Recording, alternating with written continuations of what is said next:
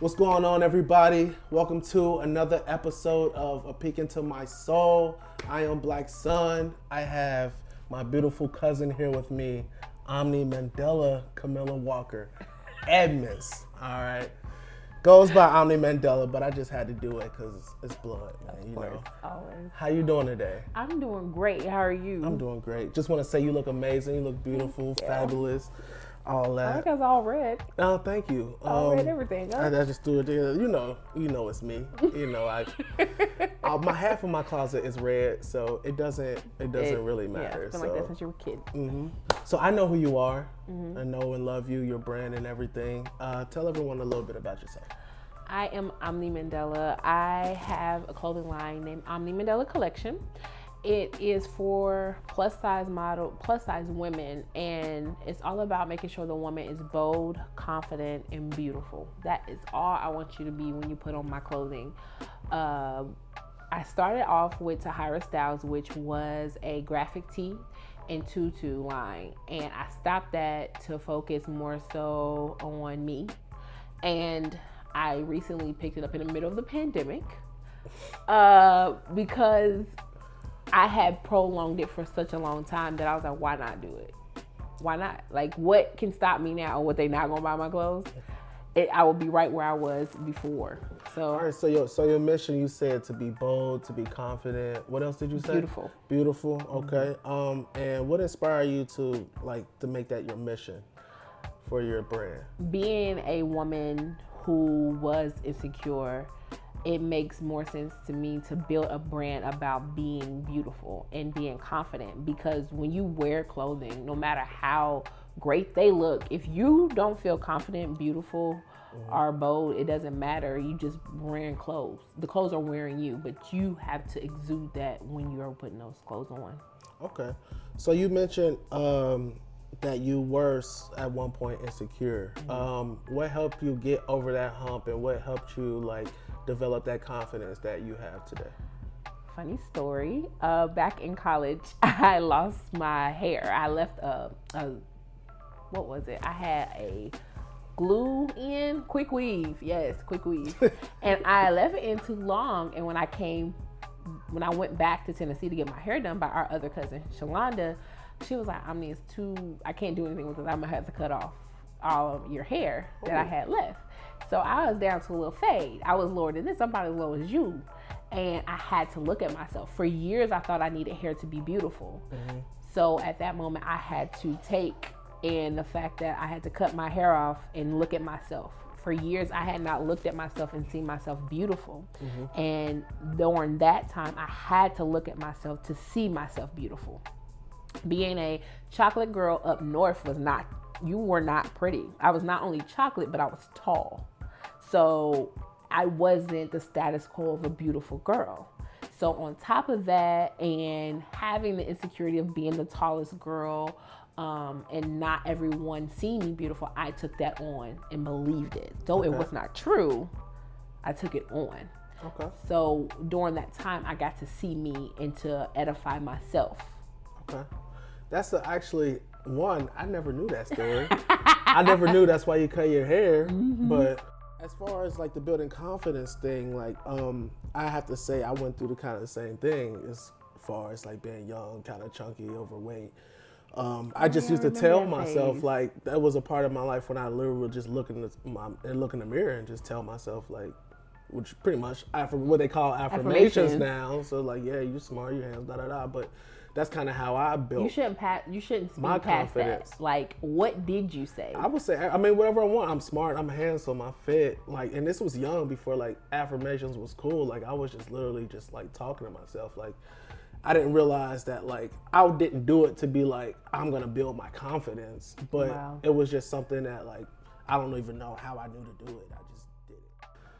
I would say, because we do come from a Christian background, that you realize that death and life was in the power of the tongue, and what you say, your mind and your body, what you say out loud, your mind will respond to.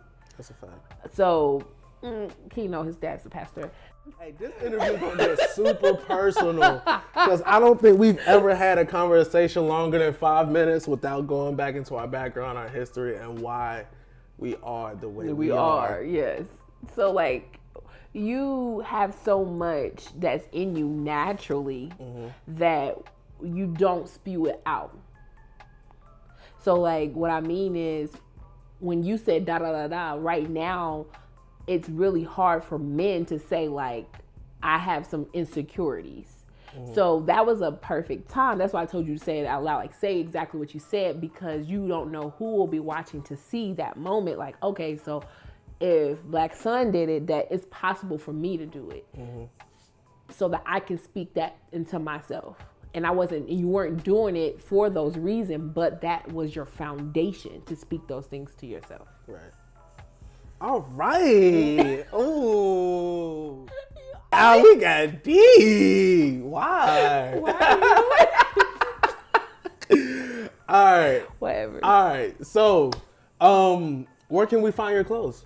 At the Omni Mandela Collection.com. We're going to put a link in the bio, all that stuff. Okay, you know, yeah. Here. I mean, I'm not that good with that. It ain't going to be like right there. Nah. But it's going to be down there. You're going to be able to click it, I promise. I love it. So you said you went and you picked this up during the COVID-19 lockdown, during the pandemic. Like, a lot of people were like scared to spend money. I mean, I know I was holding in on all my cheese. I took money out the bank, all that. Look, I was like, look, I'm gonna have cash no matter what. Like, so I took money out the bank. Only thing I had in the bank was for my bills. Wow. So what gave you like the courage and the confidence to start it during COVID-19? For me, it's I have a very personal relationship with God. So I was sitting with God and he was saying, so what's the excuse now? You don't have a job. There's nothing that's stopping you. You don't have any more distractions. What will stop you now? So I said, okay, God. Okay, God, let's see. He was like, all right, you don't trust me? Cool. Go on Facebook and ask. LLC costs $300 in Tennessee. Go online and ask everybody on your friends list for $1, and see if you can raise it. 19 hours later, I had over $300. Okay. And from there, so what now? What now? Then that stimulus check hit, so I was able to buy my inventory. Okay. My mother was my my stimulus check came. My husband gave me.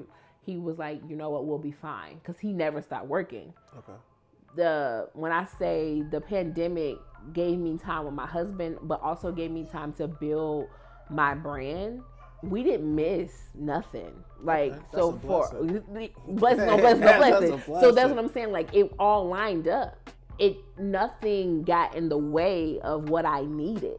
Like, my mom became an investor. My husband sold into me, which was the stimulus check. And not only that, I was able to continue to build off of that right now. But God always told me to be a designer. That's where it started. That it always came from being the person who's putting the materials together. Because even buying the inventory, I always ran into, I couldn't fit the clothes because I'm a plus size woman and I range between 3X, 4X. Okay. And so if the clothes is a true 3X, which is also considered, if we, took the X off, the 3X off, that's like 16, 18. I'm like a 22, 24. Okay. So I can't fit my own clothes.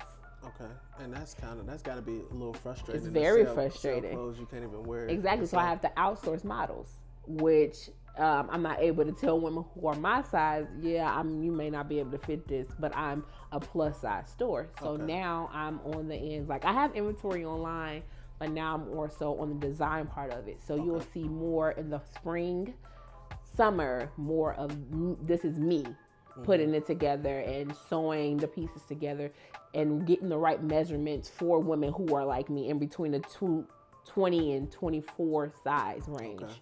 Because I believe it's important.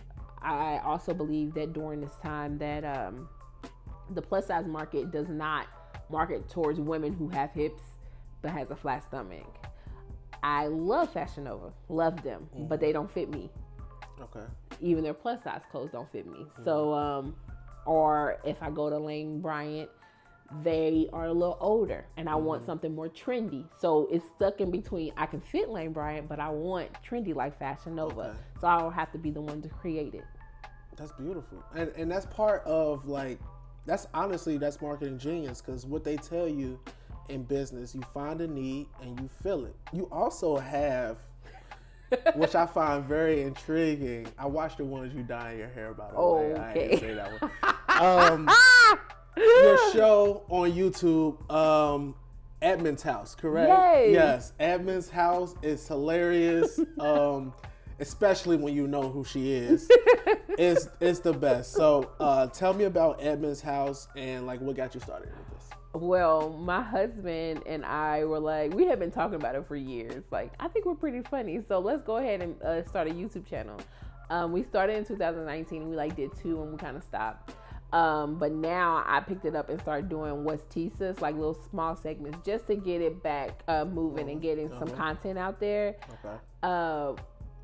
It's just a time where you see like a couple having a good time and talking about topics, and me being a woman who loves body positivity, getting out there, they can see a woman who's talking about it and also living it as well. Okay. We spoke on the phone not too long ago, and you mentioned therapy to me. Yes. You advised that I do therapy. Yes. I know it's something I should do. Yes. I should do it. But most likely I'm not. Okay. Tell us about your journey through therapy. Why'd you do it?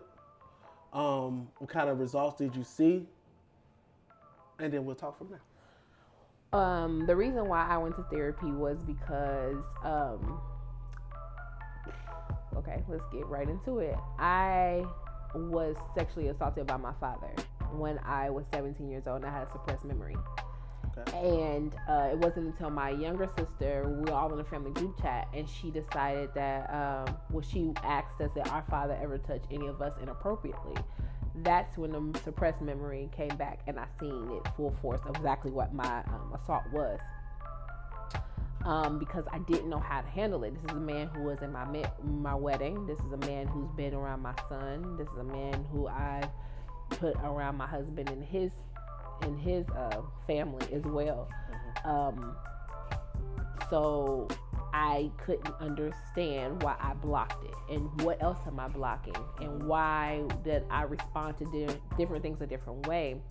Therapy allowed me to, one, realize that I lived in a fantasy world where I created to shield that moment. So I told myself that I was daddy's little girl. And he loved me and he protected me. And the reality was he was a predator. And so therapy unpacked all of those things. Not only that, it also gave me the healing that I needed to actually deal with those things. The reality is he is that, but it's not my fault. And though I am at that time I was going through the process of filing charges, it's not me who put him in jail. It is his actions that put him in jail. And it's not anyone's fault but his. How your other part of your question was, how is it helping? For a while I was on medication. So that helped with the chemical imbalance for years of the trauma. That helped tremendously because it gave me with the chemical I was missing to be able to function in everyday life. Also told me how to deal with anxiety and depression and allowing me to go day to day. Before you go too far, let me stop you because I want to touch on a point when you said you had to deal with the fact and realize that it was not your fault. And I think I hear that a lot with people who go through trauma, who go through like sexual assaults, that they kind of find a way to blame themselves. Like, I shouldn't have been there, I shouldn't have been wearing this, I shouldn't have. So they find all type of excuses to make it seem like, oh, if they had have done something different, it wouldn't have happened to them. But it's not. And I feel like a lot of people struggle with that. So especially I just wanted to get that message out there that like if you've ever been through any type of sexual assault or domestic abuse or anything, like it's never your fault. Like, Never. You can never blame yourself for someone forcing themselves upon you. Period. Right. Period. And that's the Period. So, okay, so now going through therapy, it helped you see those things. You said you got on a medication that helped, I guess, reset your brain, get those receptors back that obviously weren't firing because you were blocking out a trauma. So, after clearing all of that, did it change the way you like see the world? Did it change the way like you look at things now? Like what part of it, like what switched for you most? Like what did you see like the biggest change in like your everyday life because of your therapy? That I take things as it is. I have a skill of putting in my mind what I want it to be and not exactly what it is. So that fantasy world that I was living in, I realized I created it all around. Okay. So meaning like if I wanted a relationship, I wanted it to look a certain way. I wanted it to be designed a certain way with no flaws, which that's not life and that's not real. So I realized I had to constantly to myself, hey, like it's okay for that to be out of place. It's okay for it to be like this. Just realize that that's the way that person is, and because that person is that way, it's your decision to either continue on this relationship with them or put up healthy boundaries or walk away completely. So therapy helped me with that too, navigating that everyone's not perfect, but because you are no longer in your fantasy world, realize that these people have always been this way, but you have put blinders on to create the world that you desire. Okay. That's deep. I mean, that's like, you hear like that kind of happen when things like that happen to smaller children, but for it to happen at such like, as you said, at 17, for like that whole thing to kind of switch, I don't know, the mind protects itself. And like, weird, and there's still parts of ways. it I can't remember. Yeah. No matter what, and my therapist says she won't go any deeper because it might unlock more trauma. And sometimes your brain is very powerful. So if it's still locked, and I'm okay with not knowing all the details of it, but I know it happened. Well, during the quarantine, I started meditation, like heavy on the meditation. That helped me center myself, and I started yoga. Heavy on the yoga. Like I love yoga. It gives me a moment to just breathe and see exactly what my body does, like how it bends. Like I'm like inspired by my body and how it's able to move. Even being a plus size woman, it's able to bend in ways I before never was able to, and I'm able to go to a place of peace. No matter what goes on outside the walls of my home, I'm able to center myself in peace.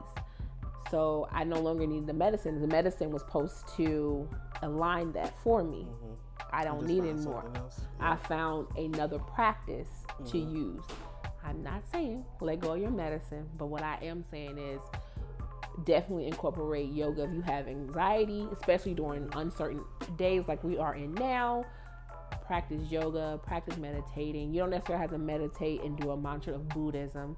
You can meditate and, say your affirmations. You can meditate and read your Bible. You can meditate and listen to gospel music or R&B, rap, whatever it is that centers you. This has been another episode of A Peek Into My Soul. Thank you all for watching. Thank you, Omni Mandela, for coming to see us. That's my name. Omni Mandela collection. Period. On the way. Can't wait to see it.